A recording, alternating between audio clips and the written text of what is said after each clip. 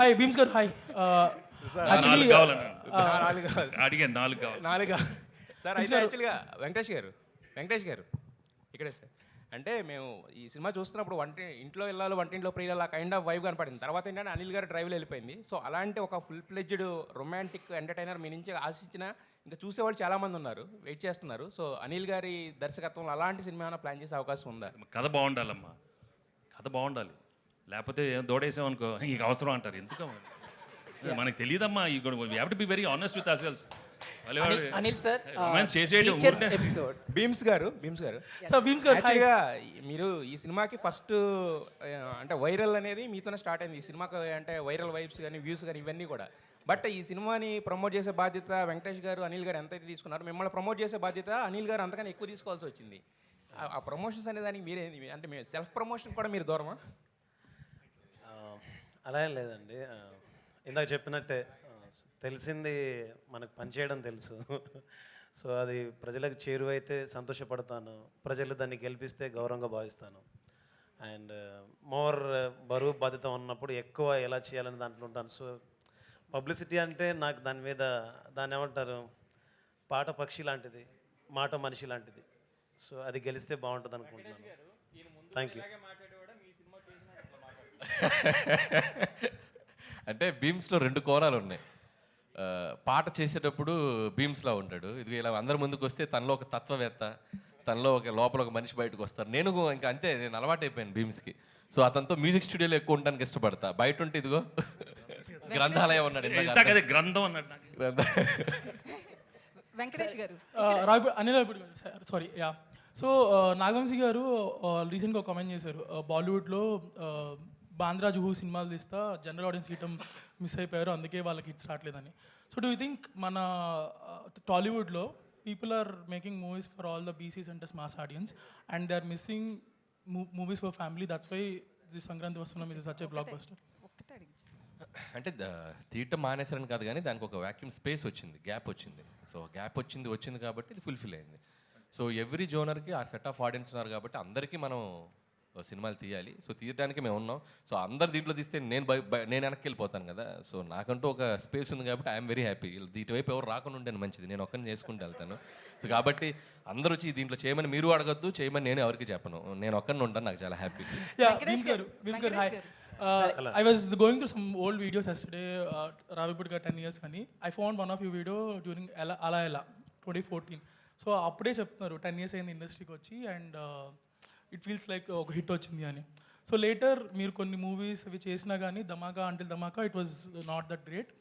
Now with Sankranti Vasthunnam you scored a clean blockbuster. So almost మీరు చెప్పినట్టు 20 years రఫ్గా అంటున్నారు. సో ఇంత సక్సెస్ వచ్చినప్పుడు people will go on giving lot of interviews promoting yourself a lot, but మీరు చూస్తే అసలు బయటికి రావట్లేదు, మాట్లాడలేదు.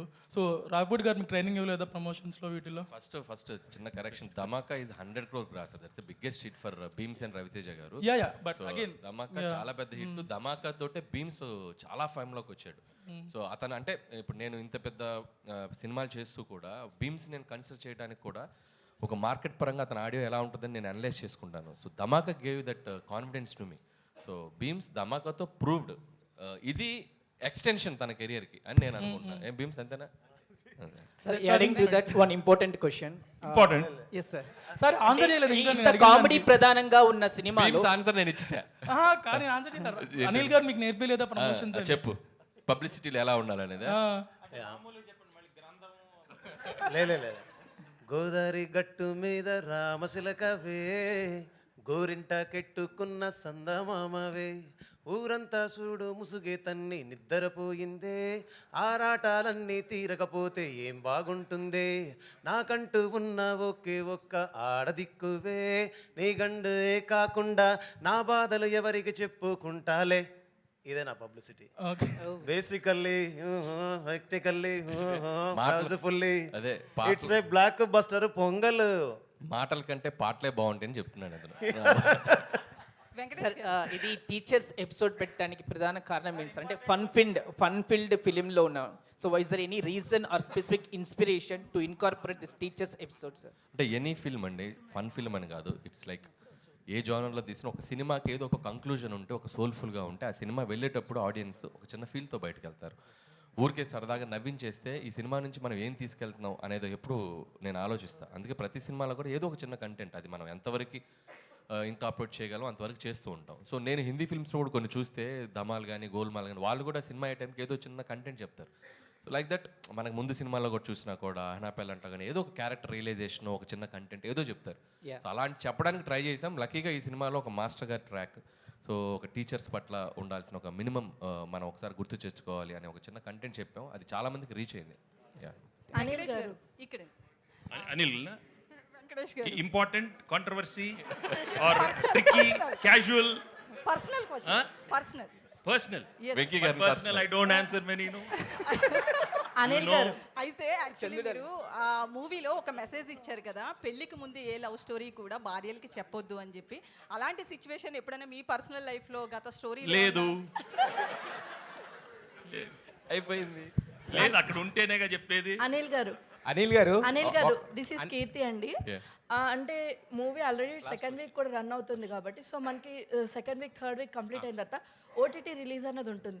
సో మనకి సంక్రాంతికి వస్తున్నాం, ఏ ఓటీటీ ప్లాట్ఫామ్లో రిలీజ్ ఆల్రెడీ అవ్వాలి? G5 అండి. మొత్తం జీ అనుకున్నా. రమేష్ గారు అంతేనా? మొత్తం జీ వాళ్ళు కొనేసుకున్నారు మొత్తం ప్యాకేజ్ అసలు. అండ్ అలానే బ్లాక్ బస్టర్ పొంగల్ సాంగ్ ఉంది కదా, సో మన వెంకటేష్ గారు ఎన్ని టేక్స్ తీసుకున్నారు? సింగిల్ టేక్ వచ్చారు, పాడారు, అయిపోయింది. సింగిల్ సెంటర్ గణేష్ అసలు అంతే. ఏ భీమ్స్ అంతే కదా, exactly. వచ్చారు, పాడేశారు, అయిపోయింది. అనిల్ గారు 30 minutes. సార్ ఒక క్వశ్చన్ సార్. యాక్చువల్గా మీరు సంక్రాంతికి వస్తున్నాం అన్నారు, thanks the all the audience అంటున్నారు. బట్ చాలామంది ఆడియన్స్, బాబు నువ్వు సినిమాలు తీసావు, సంక్రాంతికి అలా కాకుండా మిగతా టైంలో రా, మొత్తం ఫ్యామిలీలో 60 మంది ఉంటే 60 మంది, 50 మంది ఉంటే 50 మంది, టికెట్లు కొనాలంటే మాకు ఒక పక్కన బట్టలు, ఒక పక్కన టికెట్లు ఎన్ని వాచిపోతుంది అంటున్నారు సార్. వాళ్ళకి కన్సిడర్ కాదు, వాళ్ళకి ఎవరో ఎంటర్టైన్మెంట్, వాళ్ళకి వద్ద సినిమా చూడాలి కదా. సార్ వెంకటేష్ గారు ఇక్కడ సార్ ఒకటి అంటే చాలా ఒక క్రేజీ కాంబినేషన్ కోసం ఇండస్ట్రీ కావచ్చు, చాలామంది అభిమానులంతా ఎదురు చూస్తున్నారు. మీ 75 ఈవెంట్స్లో చిరంజీవి గారు మీతో కలిసి ఒక సినిమా చేయాలనేది, సో ఒకటి వచ్చింది. దానికి సరైన డైరెక్టర్, సరైన రైటింగ్ టీం దొరికితే ఆ కాంబినేషన్ అనేది తెర మీద చక్కగా పండుద్దన్నారు. సో ఇప్పుడు అనిల్ రావిపూడి గారి కాంబినేషన్లో నెక్స్ట్ సినిమా అది ఉంటుందనేది ఒక ప్రచారం జరుగుతుంది. ఇద్దరు కాంబినేషన్లో మీ టైమింగ్ కావచ్చు, చిరంజీవి గారి గ్రేసింగ్ కావచ్చు, ఆ రెండు కలిసి నెక్స్ట్ సినిమా చూసే అవకాశం ఎంతవరకు ఉంటుంది? అది అనిల్ రావిపూడిని ఏమైనా ఒప్పిస్తున్నారా? If it is meant to happen it will happen. I love to do with everybody, అందరితో చేద్దామని కదా చెప్పాను కదా. అనిల్ గారు ఆ క్రేజీ కాంబినేషన్ అంటే వెంకటేష్ చేసే అవకాశం మీకు వస్తుంది. మల్టీ స్టార్ ట్రెండ్ స్టార్ట్ చేసిందే వెంకటేష్ గారు. అటు పవన్ కళ్యాణ్ గారు అయినా, మహేష్ బాబు గారు అయినా, పెద్ద స్టార్స్ తోటి ఆయన పెద్ద స్టార్ అయ్యాడు. సో ఆయన ఎప్పుడు ఇఫ్ ద కంటెంట్ మనం ఆయన ఎగ్జైట్ చేయగలిగితే any time he can do. And జరిగితే అద్భుతం. అంటే నేను ఇంకా నెక్స్ట్ ఫిల్మ్ ఏంటనేది మేము ఇంకా క్లారిటీ రాలేదు కాబట్టి దట్స్ ఇంకా దూరం ఉంది. Let's see fit. Sir Venkatesh garu ఇక్కడ సార్ మిమ్మల్ని చూడగానే ఫన్ అండ్ ఫ్రస్ట్రేషన్ గుర్తొస్తుంది సార్. అంటే ఫ్రస్ట్రేషన్ కూడా గుర్తొస్తుంది. అదే ఫ్రస్ట్రేషన్ లెవెల్స్ని ఎలా కంట్రోల్ చేసుకోవాలో గుర్తొస్తుంది సార్. అలాంటిది మీరు ఇంట్లో ఏ టైప్ ఆఫ్ ఫ్రస్ట్రేషన్ లెవెల్ని కంట్రోల్ చేసుకుంటారు సార్? ఎలా కంట్రోల్ చేసుకుంటారు మీరు? ఇప్పుడు ఫన్లో ఉంటాను, కూల్గా ఉంటాను, ఫ్రస్ట్రేషన్ రాదు. అక్కడ సినిమాల్లో వస్తుంది ఎందుకంటే క్యారెక్టర్ ఇచ్చినప్పుడు. బట్ అదర్వైజ్ ఏం లేదు, ఎక్కువ ఎక్స్పెక్ట్ చేయకూడదు మన లైఫ్లో, అప్పుడు ఫ్రస్ట్రేషన్ రాదు. Thank you to all the media. ఫైనల్గా ఒక క్వశ్చన్ వెంకటేష్ గారు, ప్రామిస్ చేయండి ఇద్దరు కలిసి నాకు. విషయం చెప్పు. ప్రామిస్ చేయండి ఫస్ట్. ఎప్పుడు ప్రామిస్ చేయకూడదమ్మా, నేను ఒట్టి దేవుడికి ప్రామిస్ చేస్తాను. కాదు, వచ్చే సంక్రాంతికి బాబు వచ్చే సంక్రాంతికి దీని సీక్వెల్ ని తీసుకొస్తామని. ఏదో ఒక సంక్రాంతికి వస్తుంది. ఏదో ఒక సంక్రాంతికి ప్రామిసా?